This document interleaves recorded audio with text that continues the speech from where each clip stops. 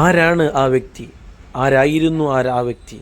എന്താണ് ആ വ്യക്തിയുടെ നിലപാടുകൾ?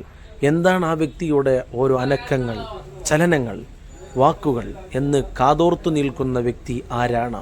ആരും പ്രതീക്ഷിച്ചില്ല ഇങ്ങനെ ഒരു അവസ്ഥയിലുണ്ടാകുമെന്ന്. ചില ആളുകൾ പറഞ്ഞു, നിങ്ങൾ പോകരുത്, നിങ്ങൾ തിരിച്ചു വരണം, നിങ്ങൾക്ക് ഇനിയും ഒരുപാട് ബാക്കിയുണ്ട്. ചില ആളുകൾ പ്രാർത്ഥന നടത്തി, ഞാൻ ഇല്ലെങ്കിലും പ്രശ്നമില്ല, ആ വ്യക്തി ഇവിടെ ഉണ്ടാകണം എന്നിങ്ങനെ പുകഴ്ത്തി പറയുന്ന, പ്രതീക്ഷിച്ച് നിന്നിരുന്ന ആ വ്യക്തി ആരാണ്? നമുക്ക് ഒരു പണ്ഡിതൻ്റെ വാക്കുകളിലൂടെ കേൾക്കാം. അതിന് മുമ്പ് ഈ ചാനൽ സബ്സ്ക്രൈബ് ചെയ്യുക, എന്നിട്ട് ഈ വീഡിയോ സ്കിപ്പ് ചെയ്യാതെ ഫുള്ളായി കേൾക്കുക, കാണുക, ഷെയർ ചെയ്യുക. റബീഉൽ അവ്വൽ 12 നമുക്കെല്ലാവർക്കും അറിയാം, ആ നോളജ് സിറ്റിയിലെ ജാമിഉൽ ഫുതൂഹിന്റെ ബാബുസ്സലാം ഉദ്ഘാടനം ചെയ്ത് അന്ന് വൈകുന്നേരം അള്ളാഹുവിന്റെ അലംഘനീയമായ വിധിക്ക് അനുസൃതമായിക്കൊണ്ട് ബഹുമാനപ്പെട്ട ശൈഖുന സുൽത്താനുൽ ഉലമക്ക് അസുഖം ബാധിക്കുകയാണ്. സുബ്ഹാനല്ലാഹ്, എല്ലാവരും കരഞ്ഞു. എല്ലാവരും കരഞ്ഞു എന്ന് പറഞ്ഞാൽ മാത്രം പോരാ, എല്ലാവരും പൊട്ടിക്കരഞ്ഞു. അടുക്കളയിലുള്ള സ്ത്രീകളും കുട്ടികളും അടക്കം പൊട്ടിക്കരയാൻ തുടങ്ങി. കേരളത്തിൽ മാത്രമല്ല, ഇന്ത്യയുടെ മുഴുവൻ സ്റ്റേറ്റുകളിൽ നിന്നും വിശ്വാസികൾ കരയാൻ തുടങ്ങി. ഇന്ത്യക്ക് വെളിയിൽ, ഗൾഫ് രാജ്യങ്ങളിൽ, യൂറോപ്പിൽ, അമേരിക്കയിൽ, ഓസ്ട്രേലിയയിൽ, ആഫ്രിക്കയിൽ, എവിടെയെല്ലാം പ്രിയപ്പെട്ടവരെ സുന്നത്ത് ജമാഅത്തിന്റെ വിശ്വാസികൾ നമ്മുടെ കേരളക്കാരായ പ്രവാസികളായും അല്ലാത്തവരുമായുമുണ്ടോ, അവര് മുഴുവനും കരഞ്ഞു പ്രാർത്ഥിച്ചു.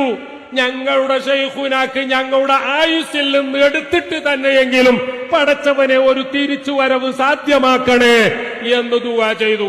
ശൈഖുനായെ മുൻനിർത്തിക്കൊണ്ട് പറയാൻ ആഗ്രഹിക്കുകയാണ്, ഈ ആലിമീങ്ങളെ മുഴുവൻ മുൻനിർത്തിക്കൊണ്ട് പറയാൻ ആഗ്രഹിക്കുകയാണ്, ഈ ജനസഹസ്രങ്ങളെ സാക്ഷിയാക്കി പറയാൻ ആഗ്രഹിക്കുകയാണ്. ഞങ്ങളുടെ ആലിമീങ്ങളെ, ഞങ്ങളുടെ നേതാക്കളെ, ഞങ്ങളെ ഈ പണ്ഡിതന്മാരെ അവരെ കൈയൊഴിക്കാൻ ആര് തന്നെ പറഞ്ഞാലും ഈ ജനങ്ങൾ അതിനൊരിക്കലും തയ്യാറല്ല എന്നുള്ള കാര്യം ഇവിടെ ഉറക്കെ പറയാൻ ആഗ്രഹിക്കുകയാണ്. ശൈഖുന അങ്ങേക്ക് സുഖമില്ല എന്നറിഞ്ഞപ്പോൾ ബഹുമാനപ്പെട്ട ഖലീലുൽ ബുഖാരി തങ്ങളവர்கள் സ്വന്തം കുടുംബത്തിലുള്ളവർക്ക് അസുഖമായപ്പോൾ കരയാത്ത അത്രയും കൂടുതലായി കരഞ്ഞിട്ടുണ്ട്.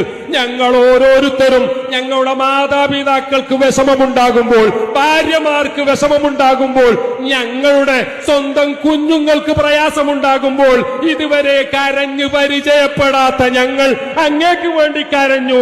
കാരണം എന്തായിരുന്നു എന്നറിയാമോ? അങ്ങയുടെ ലക്ഷ്യം ഒരേ ഒരു ലക്ഷ്യമായിരുന്നു. ഈ ദീൻ ഇവിടെ നിലനിൽക്കണമെങ്കിൽ സുന്നത്ത് ജമാഅത്ത് നിലനിൽക്കണം. സുന്നത്ത് ജമാഅത്ത് ആളുകൾക്ക് വേണ്ടാത്തൊരു കാലഘട്ടമായിരിക്കുകയാണ്. എല്ലാവരും പരിഷ്കാരത്തിന്റെ പിന്നാലെ പോയിക്കൊണ്ടിരിക്കുകയാണ്, വിദേഹത്തിന്റെ പിന്നാലെ പോയിക്കൊണ്ടിരിക്കുകയാണ്. ഇവിടെ ദീന് നിലനിൽക്കണമെങ്കിൽ അങ്ങനെയും ഒരുപാട് കാലം ജീവിക്കണം എന്ന് ഈ 10,000-ങ്ങളല്ല ലക്ഷങ്ങൾ അവരാഗ്രഹിച്ചു. അതുകൊണ്ട് അവർ ഉറങ്ങിയില്ല, അവർ ഊണ് കഴിച്ചില്ല, അവർ നോമ്പെടുത്തു, പട്ടിണി കിടന്നു, വിശപ്പ് സഹിച്ചു, ദാഹം സഹിച്ചു. അവർക്ക് ഒറ്റ പ്രാർത്ഥന മാത്രമേ ഉണ്ടായിരുന്നുള്ളൂ, പടച്ചവനെ ഞങ്ങൾക്ക് എന്ത് വന്നാലും ഞങ്ങളെ ശൈഖുനക്ക് ദീർഘായുസ് നൽകണം. അൽഹംദുലില്ലാഹ്.